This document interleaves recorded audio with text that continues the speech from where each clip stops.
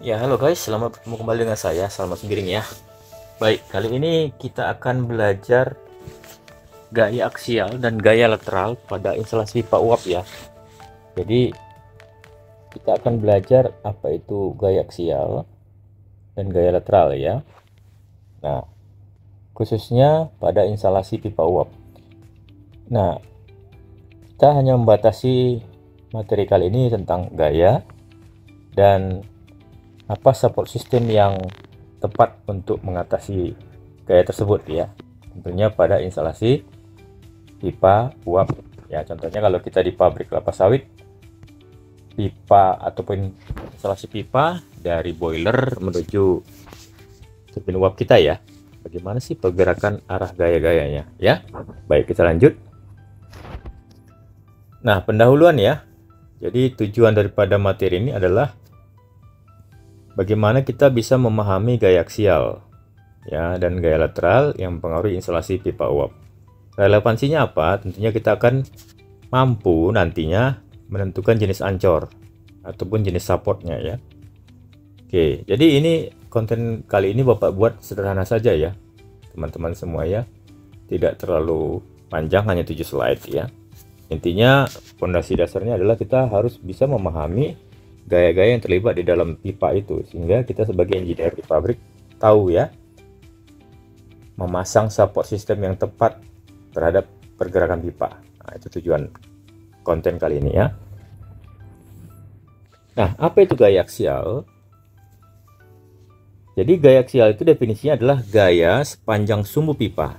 Jadi kalau ada Bapak gambarkan pipa ya. Nah, kan dia ada sumbunya ya. Nah, gaya aksial itu adalah gaya sepanjang sumbu pipa. Jadi tentunya arahnya mengikuti sumbunya ke kiri atau ke kanan, maju atau mundur ya. Nah, ini dipengaruhi oleh tekanan internal ya, teman-teman semua ya, adik-adik sekalian ya. Dan tentunya perubahan suhu. Kalau kita bicara konteks steam pipe ya. Ya, simpel saja, gara-gara ada tekanan di dalam uap dan akibat daripada perubahan temperatur ya. Misalnya ketika boilernya berubah tekanannya, atau kita lagi mengalirkan uap dari boiler ke turbin. Ya, tentunya ada perubahan temperatur di situ ya. Ketika ada perubahan temperatur atau kita sebut sebagai delta temperatur, tentunya akan terjadi pemuaian ya. Ataupun ketika boiler kita stop, terjadi pendinginan. Nah, itu nanti hubungannya ke gaya aksial ya. Nah, penyebabnya adalah pertama tekanan uap, sudah pasti ya. Tekanan tinggi dari uap yang mengalir melalui pipa. Ini sebabnya makanya tidak disarankan kalian membuka main steam pump dari boiler itu tiba-tiba atau terlalu laju, terlalu kencang, sehingga terjadi perubahan tekanan yang tiba-tiba. Atau ketika menutupnya tiba-tiba akan terjadi misalnya water hammer ya. Nah, itu impact yang harus kita hindarin ya, sehingga membukanya harus pelan-pelan ya. Atau misalnya kita menaikkan boiler atau menurunkan tekanan boiler tiba-tiba, nah, itu juga bisa mempengaruhi terhadap gaya aksial ya. Kemudian yang sudah pasti adalah akibat delta T atau delta temperatur atau perubahan suhu. Tentunya wujudnya adalah ekspansi dan kontraksi thermal. Bapak pakai istilah kontraksi ya. Nah, dampaknya apa? Perubahan panjang pipa dapat menyebabkan tegangan ya pada sambungan dan penyangga. Ya, misalnya ini disambung dengan pengelasan atau disambung dengan flange misalnya, itu akan menyebabkan tegangan ya. Kemudian penyangganya misalnya dia duduk di mana, itu akan terikut dia seandainya kita tidak memasang support yang tepat ya. Oke, kita lanjut. Nah, sekarang apa itu gaya lateral ya? Definisinya adalah gaya lateral itu tegak lurus. Kalau gaya aksial itu searah sumbu, ini Bapak gambarkan lagi pipanya ya. Ini sumbunya, sorry, dia akan tegak lurus terhadap sumbunya. Itu namanya gaya lateral, atau kita biasa menyebutnya gaya tangensial, tapi di sini gaya lateral ya. Gaya lateral akan kena di pipa-pipa ini misalnya. ya. Nah, penyebabnya adalah tentunya sering dipicu oleh beban eksternal. Beban eksternal ini bisa bobot daripada massa daripada pipa ini sendiri, ya, ataupun juga ada faktor lain ya. Contohnya beban angin. Ini misalnya kalau pipanya kita untuk misalnya ada turbin angin ya, ataupun misalnya kita bekerja di kedalaman laut ya, ada beban tekanan ya. Ini maksudnya beban angin ini adalah beban tekanan ya, pressure ya, dalam hal ini mungkin atmosfer ya dalam konteks ini ya. Kemudian gempa bumi ya, ini seismik ya, getaran seismik yang mempengaruhi kestabilannya ya. Kemudian ada pergerakan tanah.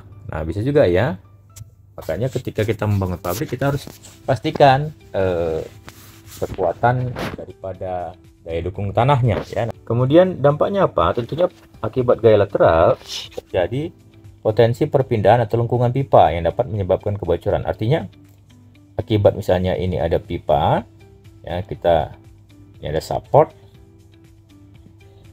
ya, kita kasih tekanan kan tentunya ada momen sehingga mengakibatkan ada lendutan ya, miring dia, atau dari bawah misalnya dia akan ke atas, atau dari sisi sini. Tentunya ada banyak sekali gaya yang tegak lurus ini yang mengakibatkan perubahan bentuk deformasi daripada pipa ya. Simpel sekali, gaya aksial dan gaya lateral. Oke, nah sekarang untuk mengatasi dua gaya tadi kita harus tahu jenis ancornya. Kita menyebutnya ancor di engineeringnya atau support ya. Nah, ada banyak jenis support ya. Ini kita nomor satu adalah fixed anchor atau support yang tetap. Nah, contohnya seperti ini ya. Fixed anchor itu tetap, pipa itu di clamp, cuman dia tidak bisa bergerak ya. Ada juga yang model dilas seperti ini ya. Tapi di sini juga dibaut misalnya ya. Nah, tujuannya apa? Menahan pipa, mencegah pergerakan aksial dan lateral. Penggunaannya tentunya di titik-titik kritis untuk mengontrol ekspansi dan tekanan. Simpel sekali, mudah sekali ya. Nah, kemudian ada yang sliding support. Jika tidak kita las, tidak kita baut, tentunya dia bisa main sliding. Atau klaim ini tadi, misalnya pipanya gini, ya, ini tampak dari depan ya. Kita hanya membuat dia seperti ini, ya, tanpa dilas. Jadi pipanya bisa main. Atau ketika adik-adik lihat rebusan ya, kan ada bantalan gelinding di situ ya. Nah, itu namanya sliding ya. Jadi ketika rebusannya memuai atau ketarik misalnya oleh kapstan, dia akan bisa menggelinding dalam toleransi yang ada batasannya juga ya. Jadi dia mengizinkan pergerakan aksial, perhatikan pergerakan aksial searah dengan sumbu ya, dan membatasi pergerakan lateral. Bisa kita buatkan ketika pipanya boilernya menuju ke turbin ya, kita kasih sliding ketika pemanasan, tetapi ada toleransinya ya, dan itu ada rumusnya tersendiri. Bisa adik-adik lihat nanti di buku-buku engineering ya. Kemudian ada tipe support berikutnya adalah guide support. Guide support ini adalah mengontrol pergerakan lateral, mengizinkan pergerakan aksial ya. Guide support, nah seperti ini modelnya ya. Oke, masih bisa main, atau kita kasih lengannya di sini ya, banyak modelnya ya. Kemudian spring support, tentunya menyerap pergetaran dan pergerakan kecil. Nah, ini contohnya ada kita kasih spring atau kita kasih shock breaker. Ini gambarnya dibuat oleh AI, kurang sempurna ya, tapi mungkin paham ya. Atau adik-adik bisa tahu spring support ini contohnya di expansion joint ya, expansion joint.